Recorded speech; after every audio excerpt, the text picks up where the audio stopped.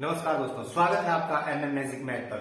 हम चर्चा कर रहे हैं प्रतिशत की। प्रतिशत के सवाल बहुत से हो चुके, कुछ एक बाकी हैं। सवाल कुछ ऐसे बाकी हैं जो अक्सर एग्जाम में पूछ लिए जाते हैं। बिल्कुल वीडियो के अंत तक बने रहें, आपको प्रतिशत बिल्कुल समझ में आएगी। जैसे सवाल लिखा हुआ है बोर्ड पे, पहला सवाल है, एक व्यक्ति अपने कुल धन का 10% पत्नी को, शेष का 20% अपने बेटे को देता है। अंत में उसके पास रुपए 720 बचे हो तो व्यक्ति का प्रारंभिक धन ज्ञात करो। यहाँ पे एक व्यक्ति है जो कुल धन का 10% अपनी पत्नी को देता है। मान ले व्यक्ति के पास कुल टोटल 100 रुपए थे। कितने रुपए थे? 100 रुपए थे। उसका 10% यदि वो अपनी पत्नी को देता है, 10% यदि वो अपनी पत्नी को देता है तो 10 रुपए, यदि 10% का मतलब 10 रुपए हो गए। 10 रुपए पत्नी को दे देगा, कितना बचेगा उसके पास? 90 रुपए। कितना बचेगा? 90 रुपए। अब बोल रहा है यहाँ पे, इस बात पे आपको ध्यान देना है, शेष का, शेष कितना बचा? 90। शेष का कहां से लिया मैंने? यहाँ पे लिखा है, शेष का 20% बेटे को देता है तो शेष का, शेष किसका बचेगा? 90 का। 90 का शेष का 20%, 90 का 20%, 90 का 10% कितना होता है? 9। क्योंकि किसी भी संख्या का इकाई का एक अंक छोड़कर दशमलव लगा दिया जाए तो वो उस संख्या का 10% हो जाता है। 10% होगा 9 और 20% होगा 18। 18 यदि वो अपने बेटे को देता है, कितने रुपए? 18 रुपए। कितने में से? 100 रुपए में से। शेष का 20%, 90 का 20%, 18 रुपए यदि वो अपने बेटे को देता है तो उसके पास रुपए बचेंगे। 90 में से 18 गए कितने? 72। यानी 72% उसके पास है। 72% उसके पास है। हकीकत में उसके पास रुपए कितने बचे? 720 रुपए। यहाँ कितनी प्रतिशत बच रही है? 72%। इस बात का आपको पता है, 72% के बराबर हो गया 720। क्या पूछा है? प्रारंभिक धन कितना माना था? 100%। तो 72% के बराबर 720 है तो 100% के बराबर क्या होगा? अब आपको पता है 1% दी गई होती है जिसका मान दिया गया होता है। उस प्रतिशत को नीचे लिखते हैं, उसके मान को ऊपर लिखते हैं और जो पूछ रहा होता है उससे गुणा कर देते हैं। तो काट दें यहां से, 72 एकम 72, 10 गुणा 100 इज इक्वल टू 1000। तो इसका जो प्रारंभिक धन था वो होगा 1000। अगला क्वेश्चन, एक वस्तु की कीमत 20% घटा दी जाती है तो एक व्यक्ति 600 रुपए में 3 किलोग्राम और खरीद सकता है। वस्तु का वर्तमान मूल्य व प्रारंभिक मूल्य ज्ञात करें। अक्सर ऐसा सवाल एग्जाम में पाया जाता है, रेलवे का फेवरेट सवाल है, अक्सर आपको एग्जाम में मिलेगा। तो सवाल देखते हैं, वस्तु की कीमत 20% घटा दी जाती है तो वह व्यक्ति 600 रुपए में 3 किलोग्राम अधिक खरीद सकता है और खरीद सकता है। वस्तु का वर्तमान मूल्य व प्रारंभिक मूल्य ज्ञात करें।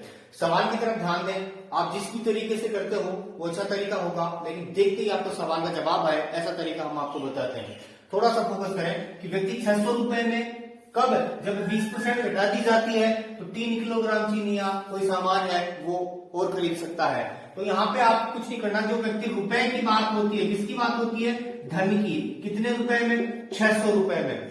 परसेंट कितनी कम हो रही है? 20%। तो आप इस 600 का 20% निकाल दें। 600 का 20% कितना होगा? 600 का 10% 60 होता है, 600 का 20% हो जाएगा 120। तो 600 का 20% होगा 120 रुपए। कितने रुपए जो है वो उसके लग रहे हैं? 120 रुपए। कितने किलोग्राम के? 3 किलोग्राम के। तो वास्तविक जो मूल्य होगा वो मूल्य होगा 120/3 बराबर 40 रुपए पर केजी। और ये जो मूल्य आएगा हमेशा वर्तमान मूल्य आएगा। कौन सा मूल्य? वर्तमान मूल्य। वो बात कर रहा है प्रारंभिक की, तो प्रारंभिक मान या प्रारंभिक मूल्य जो था वो 100 रुपए था, तो वर्तमान में कितना होगा? वर्तमान में 80 होगा। क्यों होगा? क्योंकि 20% कम कर दी जाए तब की बात कर रहा है वो। वर्तमान में 80 होगा, जबकि हमें पता है वर्तमान में रुपए आ रहे हैं अपने पास कितने? 40 रुपए पर केजी। तो 80% के बराबर हो गया कितना? 40 रुपए। किसके बराबर चाहिए? 100 के बराबर। तो 1% दी गई होती है जिसका मान दिया गया होता है, उस परसेंट को नीचे, उसके मान को ऊपर, जो पूछ रहा होता है उससे गुणा कर देते हैं। तो गुणा करें, 40 एकम 40, 40 दूनी 80 और 2 50 दूनी 100। वो जो प्रारंभिक मूल्य था वो था 50 रुपए पर केजी, 50 रुपए पर केजी, जबकि वर्तमान मूल्य है वो है 40 रुपए पर केजी। थोड़ा सा पिछला जो क्वेश्चन था वैसा ही क्वेश्चन लिखा हुआ है सामने, देखे समझ आएगा। कम समझ में आएगा थोड़ा सा ध्यान में, बिल्कुल समझ में आएगा। ज्यादा कुछ नहीं करना, थोड़ा छोटा सा काम है। चावल की कीमत 15% घटा दी जाती है तो एक दुकानदार 1200 रुपए में 3 किलोग्राम चावल अधिक खरीदता है। चावल का वर्तमान मूल्य क्या है? मैंने कहा यहाँ पे आपको एक धन दिया गया होता है ऐसे सवाल में, तो धन का आपको प्रतिशत निकालना है। कितना? जितना दे रखा है, जितना दे रखा है। तो धन कितना है? 1200। 1200 का कितना परसेंट, 15% घटा दिया जाता है। 1200 का 10% कितना होगा, इकाई का एक अंक छोड़कर दशमलव लगाएंगे, 1200 का हो जाएगा 120, कितना 10%। 5% के लिए 120 का आधा जो कि होगा 60, तो 120 और 60 कितने हो गए 180। बिल्कुल दिमाग से करें ऐसे सवाल को तब जाके समझ में आएगा, समय आपका बचेगा। यहाँ पे 1200 का 15% हो गया 180। सर जी कैसे हुआ, तो 10% 120 हो गया और 5% हो गया इसका आधा 60, और 120 और 60 कितने हो गए 180, 180 रुपए, 180 हो गया 1200 का 15%। अब वो बोल रहा है 3 किलोग्राम चावल और खरीद सकता है, तो 120 में 180 में भाग देंगे किसका, 3 का, और यहाँ 180 में यदि 3 का भाग दिया जाता है तो मूल्य आता है 60 रुपए पर केजी, 60 रुपए प्रति किलोग्राम। ये जो भाव आएगा ये वर्तमान का आएगा, ये जो भाव आएगा ये वर्तमान का आएगा। क्वेश्चन लिखा हुआ है संतरे के मूल्य में 10% की वृद्धि हो जाने पर एक ग्राहक 270 रुपए में 5 किलोग्राम संतरे कम खरीद पाता है। संतरे का भाव बढ़ गया कितना परसेंट, 10%, तो वो 5 किलोग्राम संतरे कम खरीद पाता है। संतरे का प्रति किलोग्राम बढ़ा हुआ मूल्य ज्ञात करें। बढ़ा हुआ मूल्य का मतलब हो गया वर्तमान मूल्य ज्ञात करें, जबकि पूछ सकता था वो पहले का भी, अब पूछ रहा है क्या, बढ़ा हुआ मूल्य यानी वर्तमान मूल्य की बात कर रहा है। वो सीधा सा जिस तरीके से हम निकालते हैं तो अपने पास जो मूल्य आता है वो आता है वर्तमान मूल्य। क्या क्या करते हैं, धन का प्रतिशत निकालते हैं। यहाँ पे धन कितना दे रखा है 270 रुपए, परसेंट कितना दे रखा है 10%, कितना हो गया 27, और किलो का भाग देते हैं, कितने किलो बढ़ रहा है 5 किलो, 27 में 5 का भाग देंगे, 55 25, 5 का 20, 5.4 रुपए इसका जवाब होगा।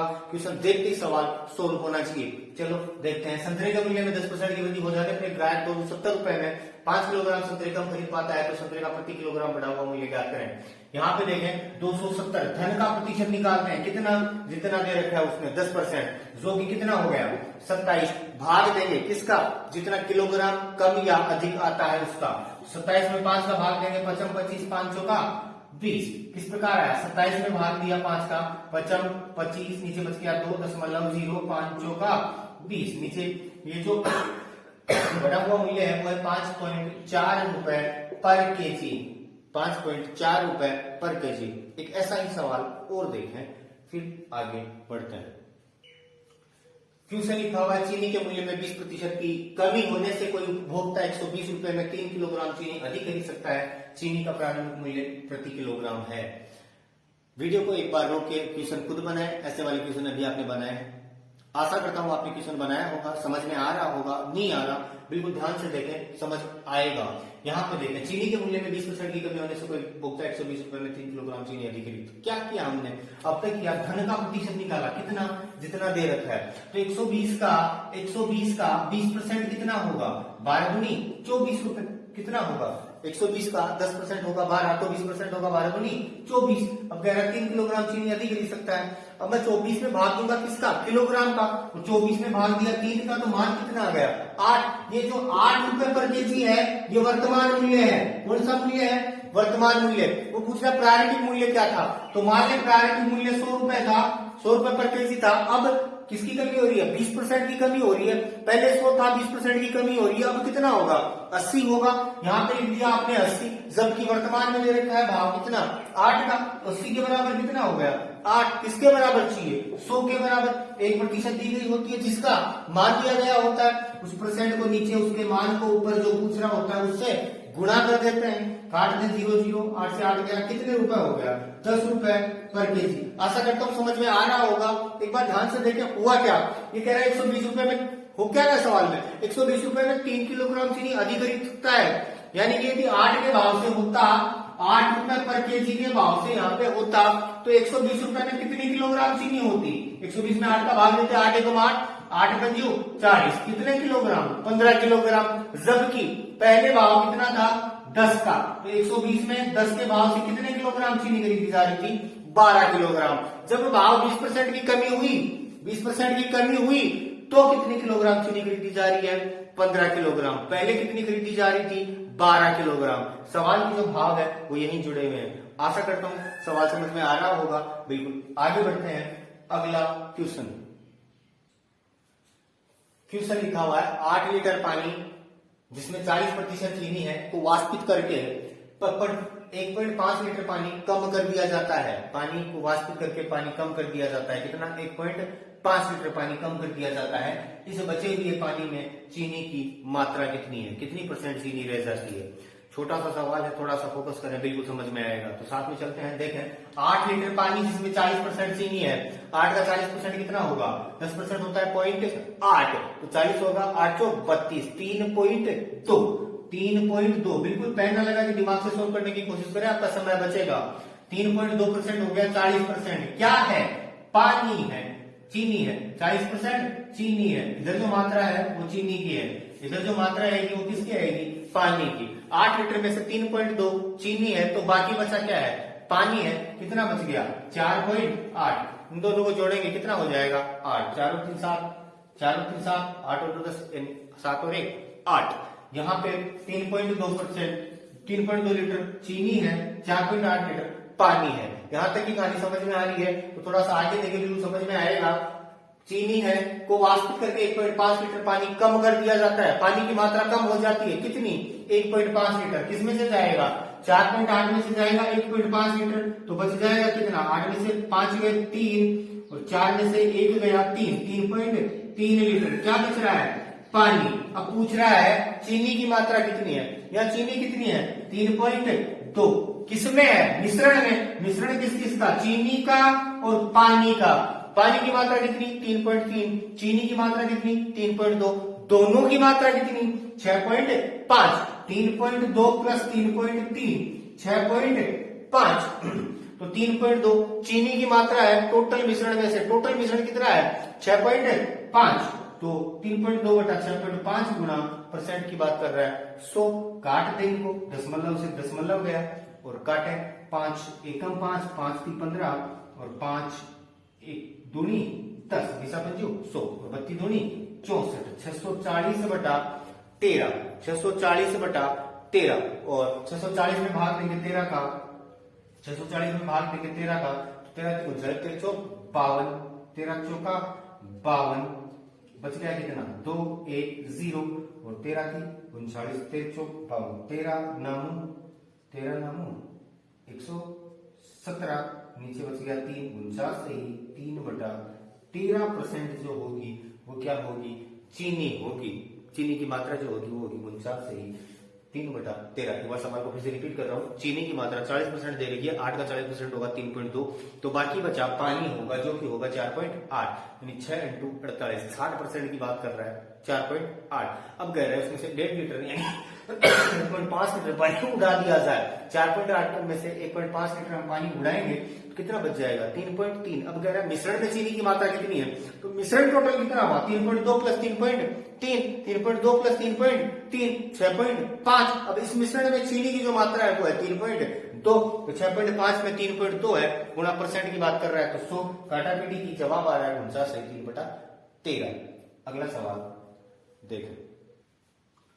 क्यों सही लिखा हुआ है? एक डिब्बे में 100 नीले गोले, 50 लाल गोले और 50 काले गोले हैं। 25% नीले गोले और 50% लाल गोले निकाल लिए गए हैं, तब काले गोलों का प्रतिशत क्या होगा? बिल्कुल आप कॉन्स्टेंट होकर ऐसे सवाल को सोल्व करें। छोटा सा सवाल है, और आपको एक चीज और बता दूं कि ऐसे सवाल अक्सर एग्जाम में पूछ लिए जाते हैं। छोटी सी लापरवाही सवाल को दूसरी तरफ ले जाती है, तो लापरवाही ना करें, थोड़ा सा ध्यान से समझने की कोशिश करें। एक डिब्बे में 100 नीले गोले, चलो कैसे कैसे गोले हैं? नीले हैं, कितने हैं? 100 है। फिर कह रहा है लाल गोले, लाल गोले हैं कितने? 50, और 50 जो है वो काले गोले हैं। बिल्कुल देखते सवाल होगा। फिर कह रहा है 25% नीले गोले और 50% लाल गोले, 25% नीले गोले और 50% लाल गोले निकाल लिए जाते हैं, निकाल लिए जाते हैं। 100 का 25% कितना होगा? बेशक कितना होगा? 25 होगा। 25% निकाल लिए, कितने गोले बच गए? 75। पता चल रहा है 50% का 50% कितना होगा? 25 होगा। 50 का आधा 25 होगा। कम कर दिया जाए तो गोले कितने बच गए? 25। काले गोले वैसे की वैसे पड़े हैं, तो काले गोले कितने हैं? 50, 50 से 50, टोटल गोले कितने हो गए? 75 प्लस 25 प्लस 50 बराबर 150। 75 और 25 100 हो गए, 50 जोड़े 150 हो गए। कितने हो गए? 150। अब पूछ रहा है काले गोलों का प्रतिशत। काले गोले हैं कितने? 50 है। कितने में से? 150 में से। तो 50 बटा 150 गुणा 100। 50 है कितने में से? 150 में से परसेंट की बात कर रहा है, लिख दिया गुणा 100, और 50 का बच्चा दिया 150 मान आ गया 100/3, जिसका मान होता है 33 सही 1/3। प्रतिशत जो मात्रा होगी वो काले घोड़ों की मात्रा होगी। वीडियो आपको कैसा लगा कमेंट करें, अच्छा लगे लाइक करें, शेयर करें, सब्सक्राइब कर लें ताकि ऐसे वीडियो आपके पास पहुंचते रहें। धन्यवाद। जय हिंद।